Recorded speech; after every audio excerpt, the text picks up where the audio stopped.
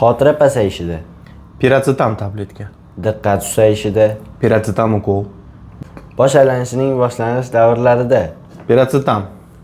kognitiv buzilishlarda yordamchi vosita, Piracetam. insultdan keyingi tiklanishda-chi, Piracetam so'zsiz. bosh miya jarohatidan keyingi tiklanishlarda, Sotraseniyadan keyingi tiklanishda albatta piracetamda effekti yuqori. ayrim nevrologik holatlarda-chi, Piracetam.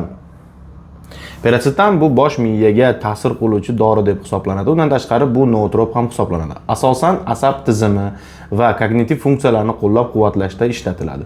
Bu ko'p yillardan beri ishlatiladigan dori vositasi hisoblanadi. Bu piracetamni ishlatishdan avval instruksiyasini o'qib chiqing va nevropatolog bilan maslahat qilgan holda sining. Ko'r-ko'rona o'zingizda tajribalar o'tkazmang. Haytgancha bugun muborak hayit, hammangizga hayit muboraklik bo'lsin. Keyingi yillarga, keyingi shu kunlarga yana chiroyli tarzda kutib olishni nasib ro'za aylasin.